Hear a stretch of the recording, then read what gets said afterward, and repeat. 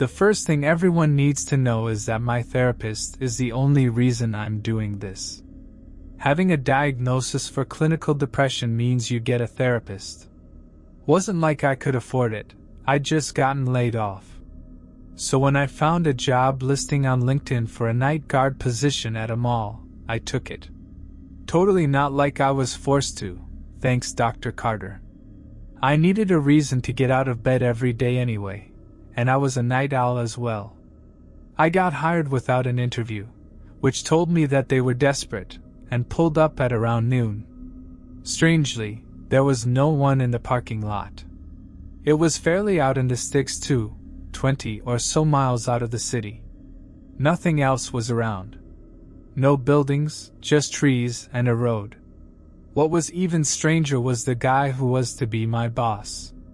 An old man he was, heavy bags under his eyes, which were bug-like and dark. His shoulders were slumped down, like he had held the weight of the world, and crumbled. He was holding a belt and clear plastic bag with a uniform. Looked to be around my size, like a Paul Blart Light. His voice was also strange, like a stone dragging against steel. "Hey there, you Anderson?" His eyes bored into mine as he asked the question, like he was trying to stare right into my soul. It felt like he was succeeding. "Yeah, you Brandon?" He nodded in response and grunted as he turned toward the towering building. Now that I was really looking at the mall itself, it looked strange, like a mix of different architectural styles. I recognized a few of them. Gothic, a few Athenian pillars were arranged out front. The fourth floor was a weird Roman style. There was a kind of Persian dome on the top. I assumed from the look of it it was made of stained glass. Brandon groped for a ring of keys on his belt, arthritic fingers bulging slightly, and unlocked the front door.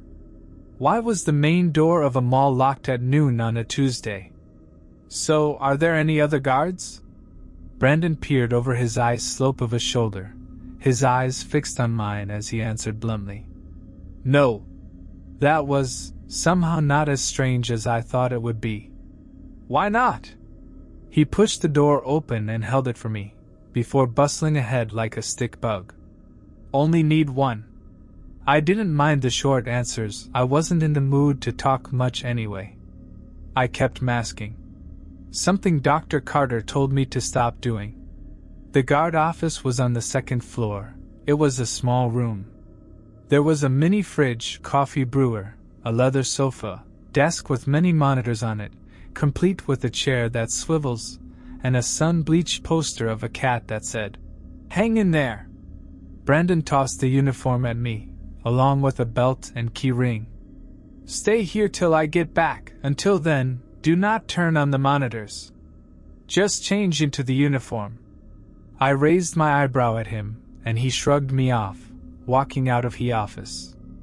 After checking the room for cameras all around the room, to the point of sticking my fingers in the slits of the vent in the room, I changed as quickly as possible. I still felt like something was right behind me, watching me. The uniform didn't have a radio, and there wasn't any kind of pepper spray, but there was a small cross embroidered on the inside of the collar. I pulled my wallet, phone, and small baggie of pills from my pockets.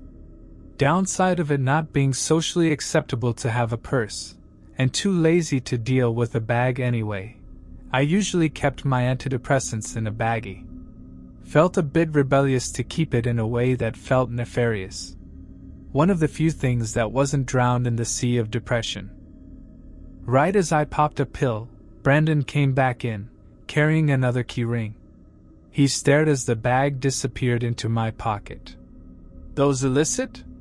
His voice sounded both apprehensive and slightly hopeful. "Nope, antidepressants." He grunted again before tossing me the keyring he had. I looked down at it. There were tags attached to the keys, B4, B5, B6, all the way till B9. And a couple that said maintenance, bathrooms, and emergency. The emergency tag was bright red with yellow lettering.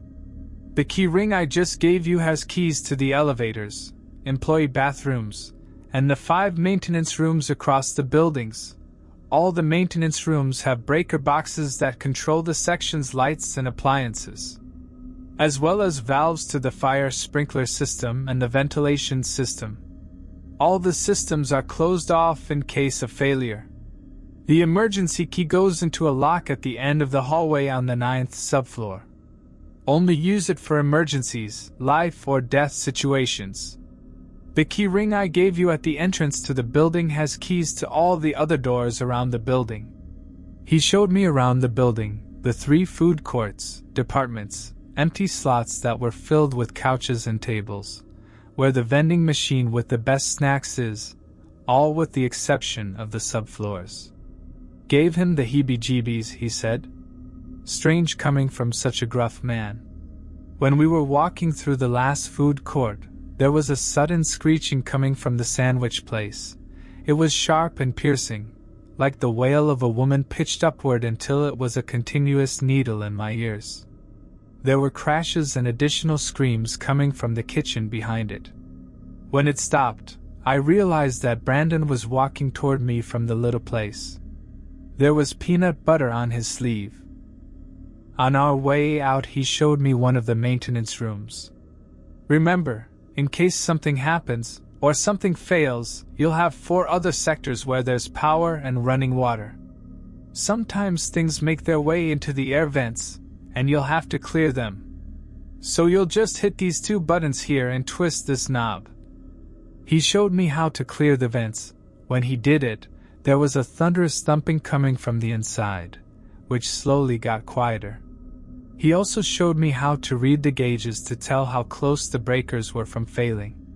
There are some things you'll want to see, so keep the lights on, but there are also things you might not want to see. In that case, turn as many lights off as you can. In the event the breakers in the section you're in flip, and the lights go out, be careful.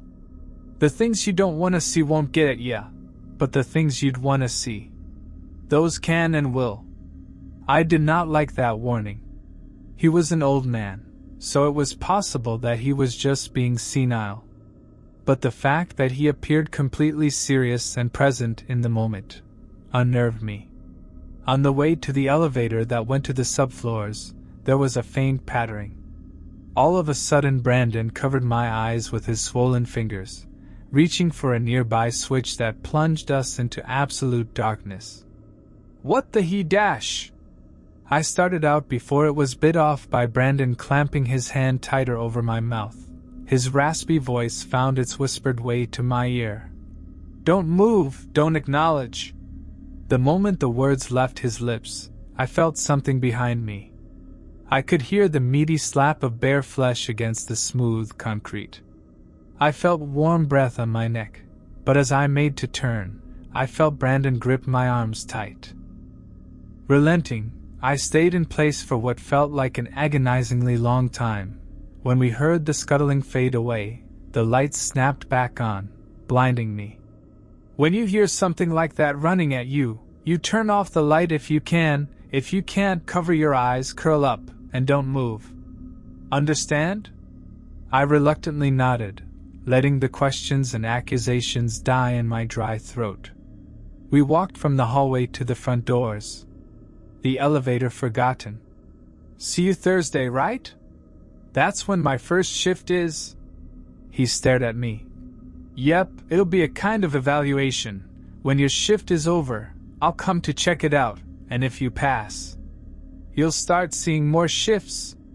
Lucky for you, since you're the only other employee, you'll be getting around 50 an hour. And with 7 p.m. to 4 a.m. shifts every day of the work week, you'll be raking in the money. He smiled at me, showing tea-stained teeth. If I didn't know him any better, I'd say he was a Brit. As I was leaving, he called out. When I turned, he adopted the air of a grave man. Somehow more grave than he was in the maintenance room. And boy, when you get here Thursday, check the underside of the desk. There'll be something there that'll be useful for you. With that, I hopped into my car and planned to get up early tomorrow, even though I knew that I'd only end up getting out of bed at noon. Contemplating everything that happened today. Damn it, I thought as I drove away, Dr. Carter isn't gonna like this.